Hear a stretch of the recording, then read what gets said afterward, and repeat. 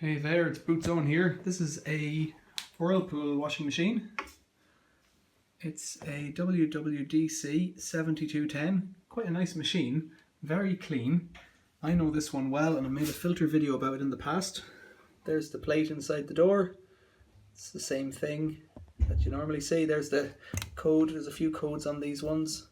But what we're going to look at here today is quite a disappointment. So if I just put my fingers in here on the drum,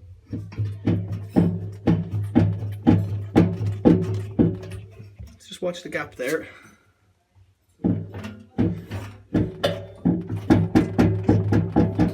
So you can hear what that is. That's the bearings. It's just me spinning it by hand.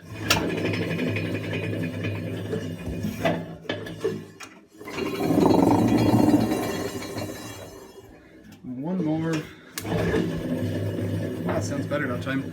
So I've had a look inside, and if we look at this tub, the plastic tub, you can see there's the joint and it's welded shut. And so from what I can tell on the internet, and actually I might check this out again, there's the numbers, might have a look at them.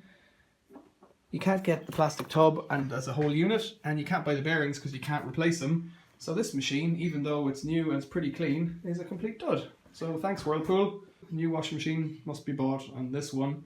So despite its cleanliness and the fact that everything works, it's going to go in the scrap. And it won't be parts out or anything because it's not mine and it's in a different country. So that's that. So there you go. Disappointment. I've advised the person who owns it to just run it into the ground and keep using it as long as they can bear the noise, because it doesn't get used very often. And it's in a back kitchen. So that's it. It's got to go in the scrap heap. Thanks for watching. See you later.